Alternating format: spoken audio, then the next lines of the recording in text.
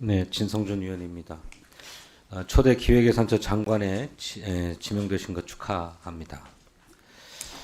그런데 이제 우리 후보자께서 장관에 취임하시면 짊어져야 될 짐이 굉장히 무거운 것은 사실인 것 같아요. 네, 초대 장관으로서 신설되는 조직의 구성, 또 조직의 안정, 또 새롭게 신설된 만큼 기획예산처에 부여된 어떤 역할과 임무를 잘 정립해내는 일도 굉장히 중요한데, 이제 거기에 더해서 최근에 그 중동 사태의 여파에 대응해야 되는 일도 아울러 안게 된 것 아니겠습니까?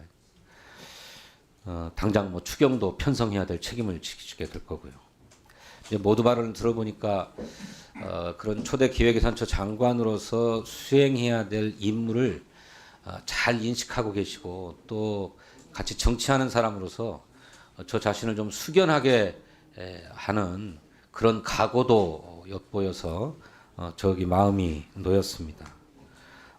임명되시면 누구보다도 잘 소임을 감당하실 수 있는 후보다, 이렇게 생각합니다. 좀 구체적인 걸 좀 여쭤보고 싶습니다. 이제 중동 사태에 대응하기 위한 이제 추경 등이 편성되면 무엇보다도 이 고유가 상황에 대해서 직접적으로 대응하는 일들이 필요할 거고요. 네, 또 이로 인해서 고통을 겪을 취약계층을 비롯한 서민들의 생활을 안정시키는 일에도 당연히 예산이 쓰여야 될 것 같고, 네, 또 피해 산업을 지원하거나 공급망을 안정화시키는 데에도 예산이 투입돼야 되지 않겠습니까? 네, 당연한 것인데, 정부가 최우선에서 힘을 기울여야 될 것은 이렇게 중동에서의 원유 도입이 막혀 있는 상황을 어떻게 뚫어낼 것인가, 또는 그게 영 우리 힘으로 안 되는 일이라면 대체선을 어떻게 확보할 것인가 하는 데 있는 거라고 생각합니다. 네, 그런데 그에 못지않게 우리나라에서 자체적으로 수요들을 좀 관리하고, 또 더 나아가서는 좀 에너지 사용을 절감하기 위한 노력도 동시에 해야 되는 게 아닌가, 저는 그렇게 생각해요. 네, 물론 뭐 그런 것들도 염두에 두실 거라고 생각하는데, 1997년 IMF 외환 위기 때 우리 국민들이 나라의 국고, 외환 보유고를 채워넣기 위해서 금모으기 운동을 하지 않았습니까? 네, 그런 것처럼 이 중동 사태가 빨리 정리되면 모르겠지만 앞으로 얼마나 계속될지 모르는 상황이라면 기름을 아껴 쓰기 위한 운동이 국민적 차원에서 벌어져야 되는 게 아닌가. 그리고 이것을 정부와 공직자들이 먼저 선도해야 되는 게 아닌가. 저는 그렇게 생각해요. 또 동시에 기름 전략 운동뿐만 아니라 에너지 전환의 결정적인 모멘텀으로도 삼아야 된다고 생각합니다. 태양광, 풍력 같은 재생에너지의 보급을, 그렇지 않아도 탄소 중립이라고 하는 국가적 목표를 실현하기, 또 세계적인 목표를 실현하기 위해서라도 에너지 전환을 가속화해야 될 상황 아닙니까? 네. 그래서 이렇게 추진해 나가야 된다, 그런 계기로 삼았으면 좋겠다, 이렇게 생각하는데 후보자께서는 어떻게 네. 생각하세요? 우리 진성준 의원님의 말씀에 100% 공감합니다. 우선 당장 너무 예측되지 않는 그 유가 상황을 감안해서 국내의 수요를 최소화시키는 거 당연히 필요합니다.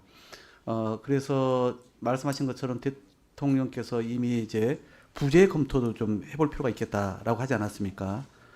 이미 과거에도 이제 그렇게 저희가 부재를 해본 적이 있었죠. 그래서 그런 것이 만약 시행된다면 공공 부문부터 좀 모범을 당연히 보여야 할 테고요. 그리고 그 말씀하신 에너지 전환 관련해서 이 재생에너지로의 전환을 위해서도 당연히 저는 추경에서도 그 앞서 말씀드린 것은 공공이 선도해야 되는 것, 그다음에 우리 국민들이 가급적이면 승용차나 이렇게 기름 수요를 좀 최소화할 수 있도록 그런, 예를 들어서 대중교통과 관련해서도 뭔가 좀 이 추경을 통해서의 어떤 지원책이 있을 수도 있지 않을까 하는 생각입니다. 그러니까 그런 걸 통해서 하여튼 좀 더 이 에너지 절감에도 도움이 되면서 또 대중교통 이용도 활성화시키고 또 이 부담도 좀 줄어들고, 이런 방향으로 좀 선회할 수 있는 유도, 이런 게 좀 필요하겠다 싶고요.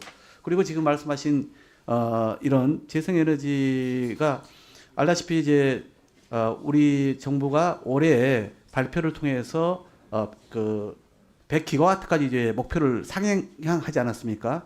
거기에 걸맞게 하려면은 정말 전폭적인 지원이 필요합니다. 윤석열 정부 때 좀 투자 비중을 많이 낮췄는데 이제는 높여야 될 겁니다. 그 중에 여러 가지 이제가 있을 텐데 그 중에 하나가 지금 말씀하신 것처럼 국민들, 그다음에 건물, 학교, 그 자가주택 이런 데서의 어떤 태양광 이런 문제도 이제는 이미 과거에 문제가 됐던 것에 대해서 좀 조치가 취해졌더라고요. 그래서 에너지 공단을 중심으로 해서 이런 이 그 점검 시스템이 이제는 완비가 됐기 때문에 그런 그동안에 문제됐던 것들이 치유됐기 때문에 좀 더 이제는 지원을 좀 확대해 나가는 것이 옳지 않을까 생각합니다. 네, 네, 공감하고요. 그래서 말씀하신 것처럼 차량 부재 시행과 연계해서 대중교통을 이용을 활성화하기 위한 국민적 운동을 벌여야 되고 그것을 위한 정부의 지원도 과감하게 좀 구사했으면 좋겠어요. 지금 K패스가 시행되고 있는데 뭐 반값 K패스를 한다든지 말이죠. 또 더 나아가서는 시차 출근제도 저는 적극 검토해야 된다고 생각합니다. 출퇴근 시간에 집중돼 버리니까 교통 정체도 심하고 대중교통 이용에도 상당히 어려움이 있는 건 현실 아닙니까? 시차 출근제를 좀 오부제 그 차량 운행 시행처럼 필요하다면 좀 강력한 권고적 조치들을 통해 가지고 시행하는 문제도 좀 적극 검토했으면 좋겠고요. 또 차제 에너지 전환과 관련해서도 이것도 국민적 캠페인으로 벌여갈 필요가 있다고 생각해요. 가령 1가구 1태양광 보급 운동.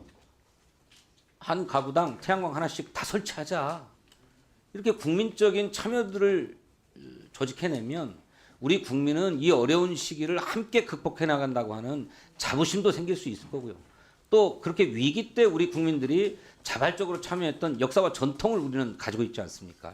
저는 그런 것을 적극적으로 좀 발동해내는 기획들을 해주실 필요가 있다 이렇게 생각하는데 그렇게 좀 해주시기를 당부드립니다. 네, 의원님 말씀에 전적으로 동의를 하고요. 국가의 재정이 모든 것을 다 해결할 수는 또 없기 때문에 저희가 그런 마중물 역할을 해야 합니다만 또 한편에서는 국민의 자발적 참여와 협조를 통해서 그런 정책 성과를 높이는 것도 매우 중요하다 생각합니다. 네, 수고하셨습니다. 다음은